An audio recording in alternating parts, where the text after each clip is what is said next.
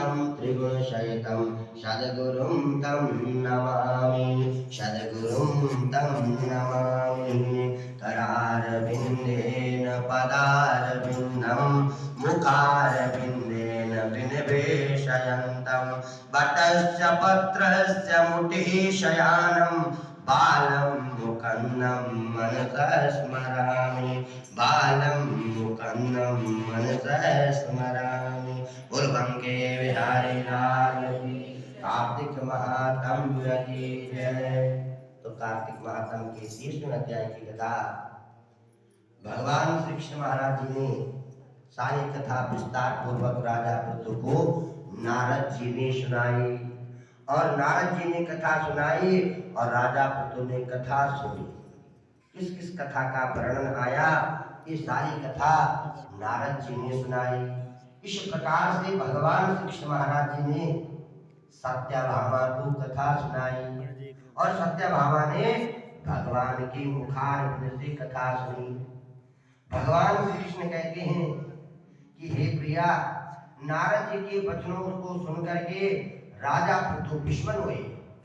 अंत में उन्होंने नारद जी का पूजन किया क्योंकि जब कथा सुन ली और कथा सुनने के पश्चात नारद जी का पूजन करके उनको विदा किया। नारद जी को दक्षिणा दी और नारद जी अपने घर को चल बसे। श्रीमन नारायण नारायण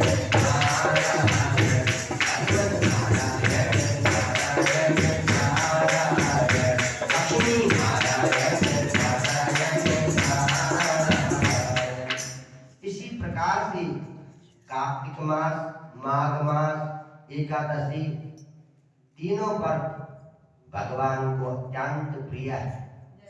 भगवान श्री कृष्ण कह रहे कि बृहस्पतियों में तुलसी, महीनों में कार्तिक, तिथियों में एकादशी और क्षेत्रों में द्वारिकापुरी मुझे अत्यंत प्रिय है। ये सारी कथा कौन भगवान जी जो है तो सत्यभामा को सुना रहे हैं।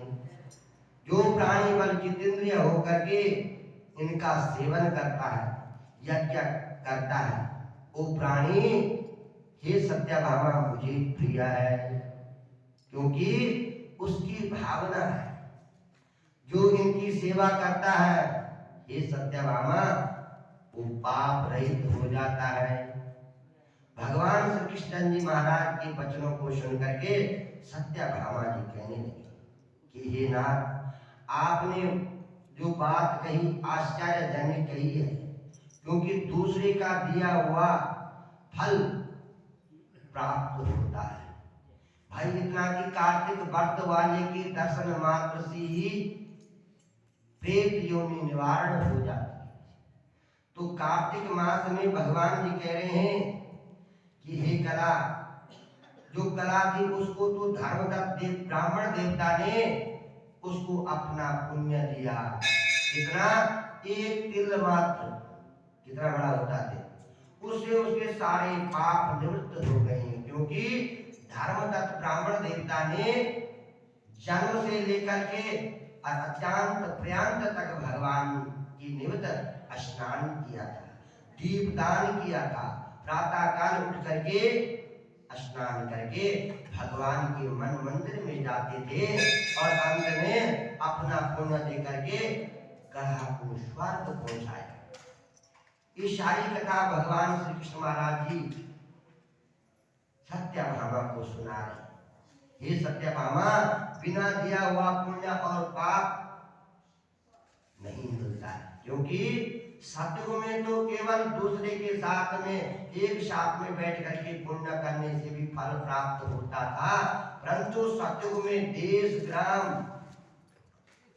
आदि में जो भी जो है तो करता था वो सबको उसका फल प्राप्त होता था। एक करता था और सबको उसका पुण्य मिलता था परंतु कलयुग में केवल कर्ता को ही मिलता है जो करता है क्योंकि कलयुग केवल नाम आधारा सुमर सुमर नर उतरहु पारा।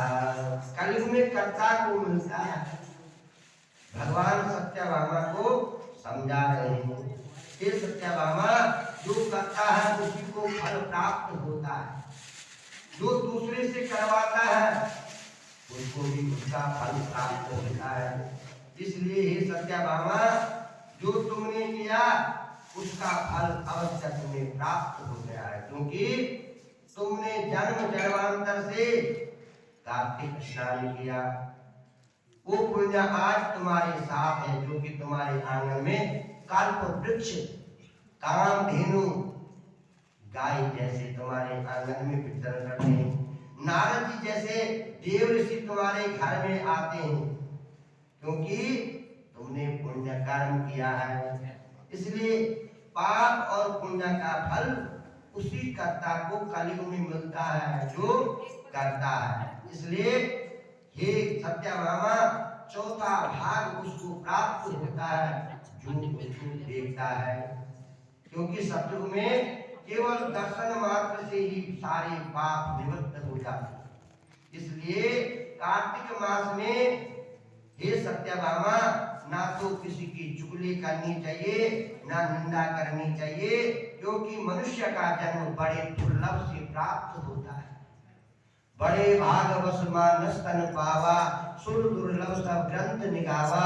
इस मानव शरीर के लिए देवता लोग भी तरसते हैं कि हमें ये मानव शरीर मिले, हम इस मानव शरीर को पा करके पुण्य कर्म करें, उस पुण्य कर्म को ऐसा करें कि पुनः हमें अच्छा जन्म मिले, क्योंकि 84 लाख योनियां प्राप्त होती है।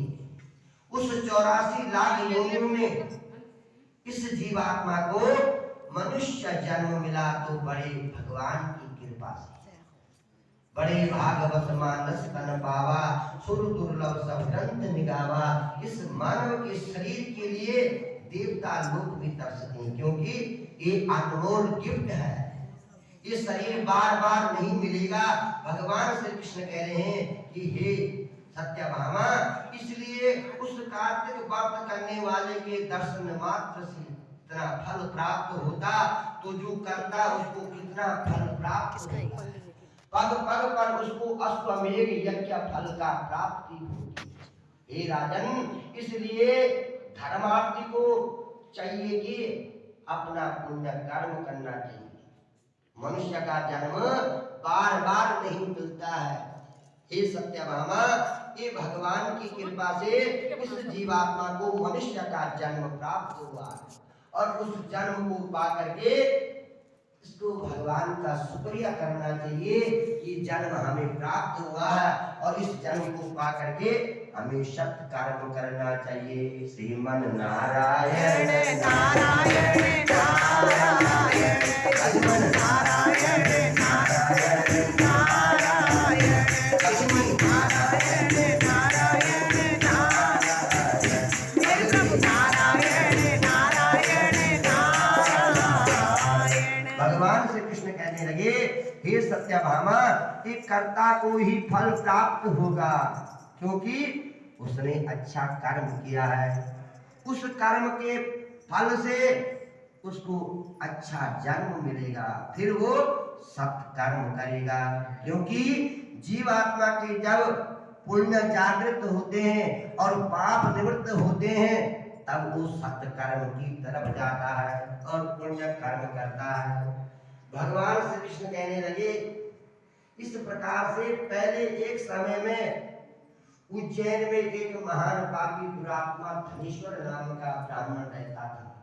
वह ऐसा कर्म करता था कि जो कर्म नहीं करना चाहिए, परंतु उसके ऊपर भी भगवान की कृपा थी।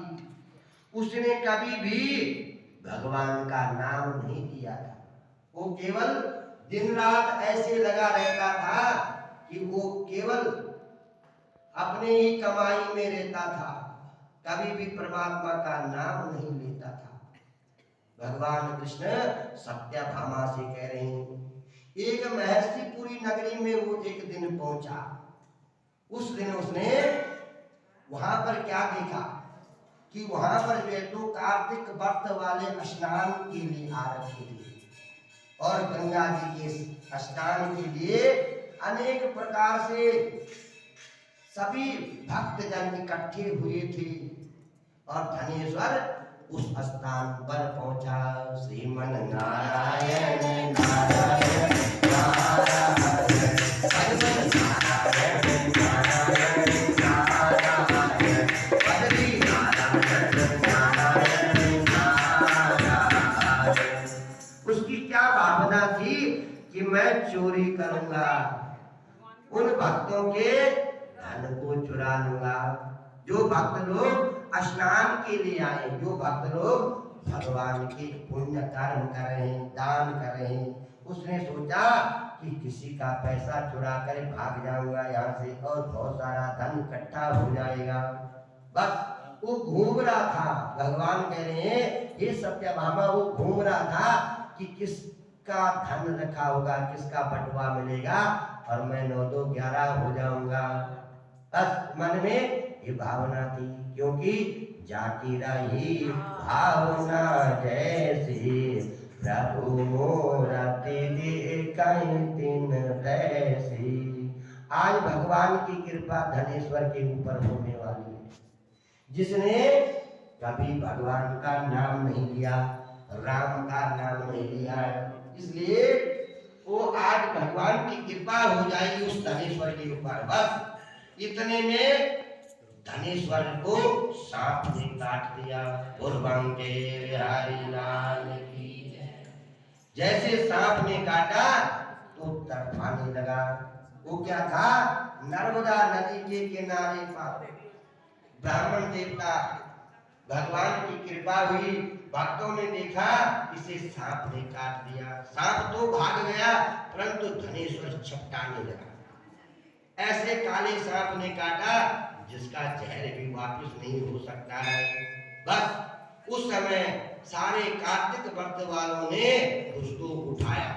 जो भक्त वहां पर थे, किसने उसके मुंह में गंगा जल डाला, किसने उसको हवा लगाई, किसने उसको तुलसी का जल पिलाया, किसने उसके ऊपर पंचामृत का छींटा दिया। परंतु धनेश्वर क्या, उसने तो कभी भगवान का नाम नहीं लिया था। श्रीमन नारायण नारायण